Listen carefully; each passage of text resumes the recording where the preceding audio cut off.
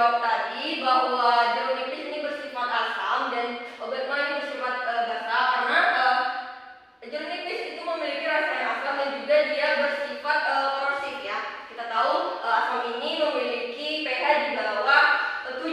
Kemudian untuk obat mah tadi sudah kalian sebut bahwa bersifat basa.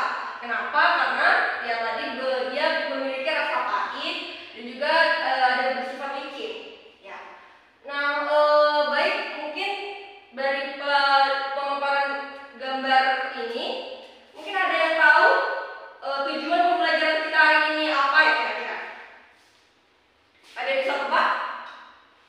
Saya, Bu.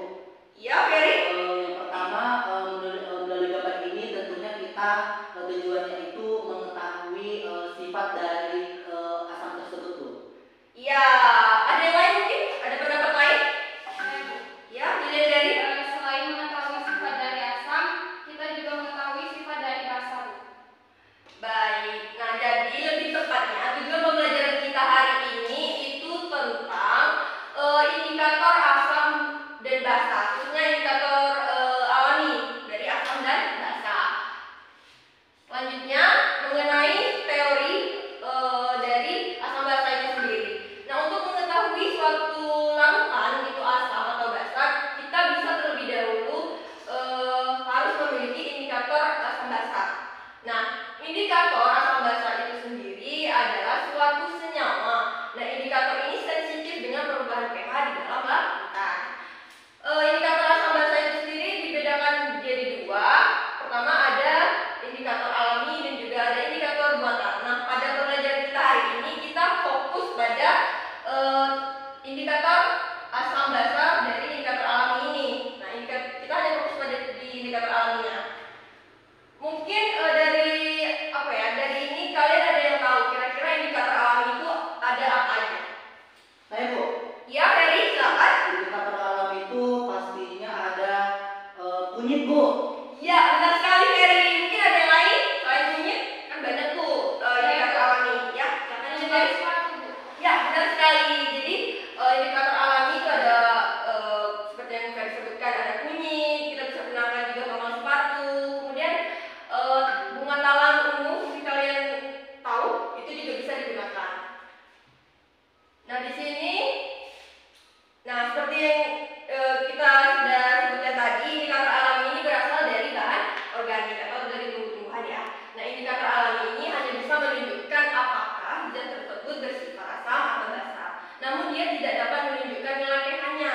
Nah, itu kekurangannya di sini. Jadi perubahan warna indikator alami ini itu bergantung pada warna jenis tanamannya. Nah, contohnya nih, kunyit, ekstra bunga mawar, ekstra bunga sepatu, dan ini itu bunga talang yang ibu sebutkan tadi.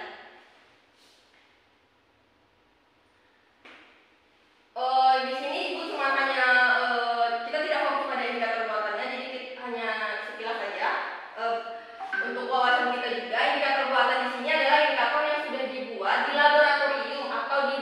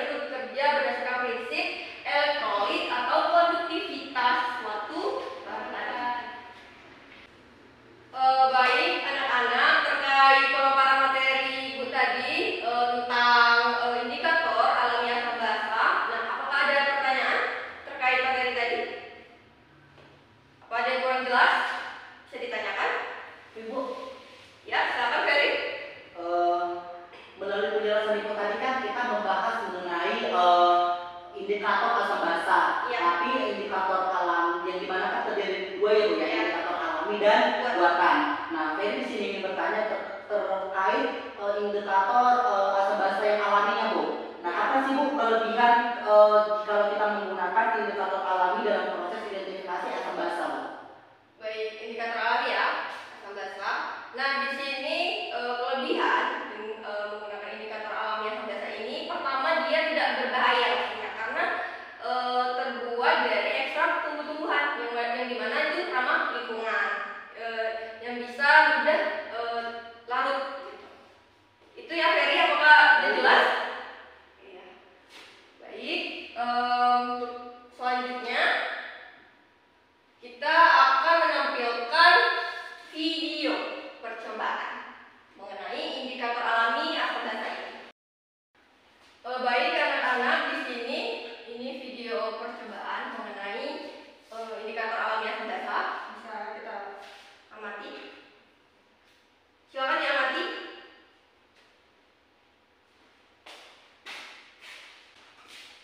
Kegiatan aku dalam membuat indikator alami asam basa. Tonton sampai habis ya. Oke guys, jadi ini alat dan bahan yang kita perlukan. Yang pertama, kita butuh wadahnya pastinya. Nah, di sini kan aku lihat. Jadi ada gambarnya. Kalau kalian di rumah bisa pakai botol plastik atau botol aqua plastik, kalian bisa beli botol plastik. Kemudian kalian butuh tarik pistol, atau kalau di rumah nggak ada itu kalian bisa pakai botalan. Ini buat tempat indikatornya. Nah, ini sendoknya. Di sini aku pakai spatula. Kalau di rumah kalian bisa pakai sendok. Kemudian untuk ini pengaduknya. Ini air panas.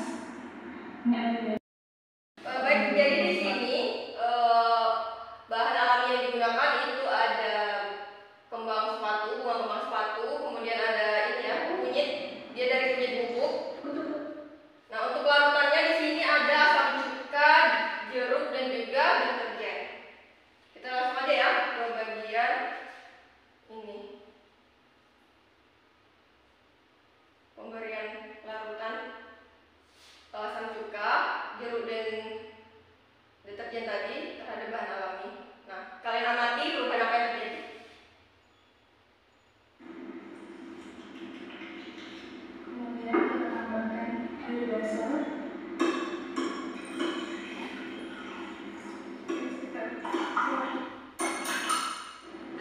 Lalu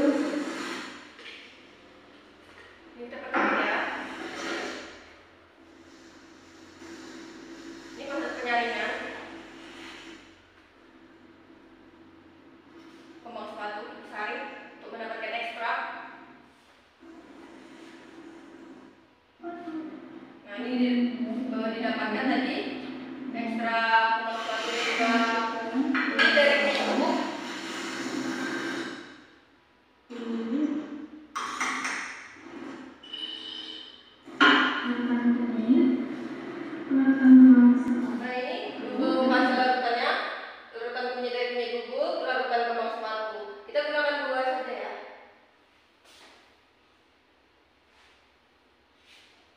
Kembang sepatu dan kunyit. Nah, ini untuk hasilnya.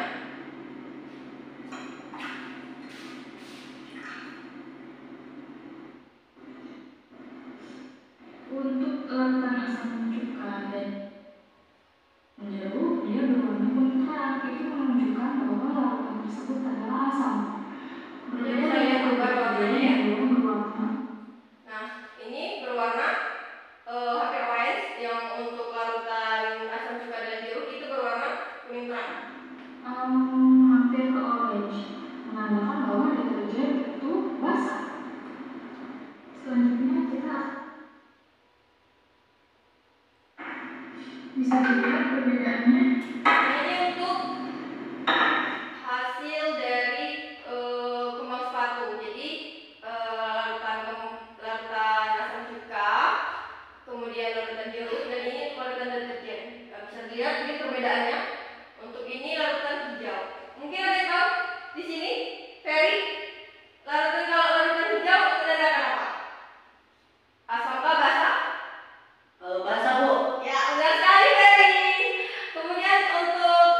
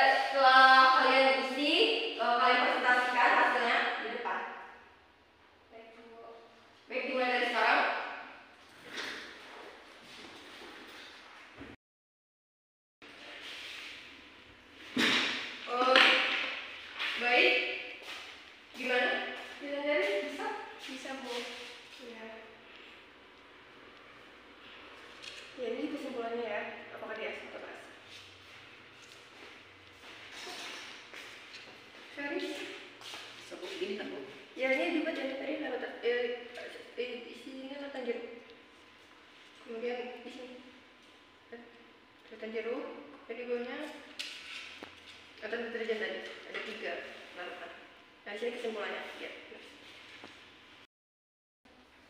Baik, udah 5 menit ya.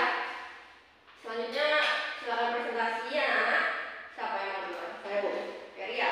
Ya Bu. Jadi ini dibagi ya terhadap bahan kembang sepatu dan kunyit. Jadi siapa yang mau kembang sepatu? Ferry. Ferry kunyit ya? Kunyit Bu. Oke. Berarti Ferry kunyit ya? Ya. Ada 3 larutan tadi ya. Suka, jeruk dan juga silakan Ferry. Mengenai hasil video yang udah kita diskusikan tadi secara bersama-sama Bu, ada 3 larutan Ya. yaitu larutan asam cuka, larutan jeruk dan deterjen. Ya. Nah yang dimana bahannya itu kunyit. Nah untuk kunyit itu pada asam cuka itu warnanya kuning terang Bu. Ya. Nah untuk larutan jeruknya itu warnanya sama juga dengan asam cuka kuning terang. Dan untuk deterjen ini berbeda dengan asam cuka dan larutan jeruk. Dia itu hampir oranye gitu Bu. Iya. Nah untuk kesimpulannya Bu, untuk asam cuka dia berarti menunjukkan bahwa larutan itu asam Bu. Nah untuk larutan jeruknya itu sama dengan asam cuka juga, menunjukkan larutan asam. Nah untuk deterjen dia itu menunjukkan larutannya basah Bu, pada kunyit. Iya. Ya. Boleh duduk Ferry. Terima kasih. Terus ya. Kemudian selanjutnya terhadap kembang sepatu ya. Silakan. Ini dari. Baik, saya akan mempresentasikan hasil diskusi yang telah dijelaskan dalam video tadi. Terdapat 3 larutan yaitu asam cuka, jeruk, dan deterjen. Kemudian indikator alam yang digunakan yaitu kembang sepatu.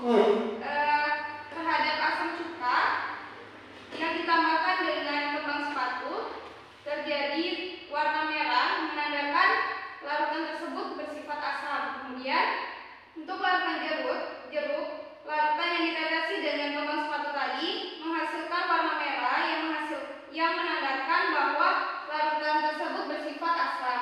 Kemudian untuk larutan deterjen, ketika ditetesi dengan kembang sepatu, larutan tersebut berwarna hijau tua, menandakan larutan tersebut bersifat basah. Terima kasih.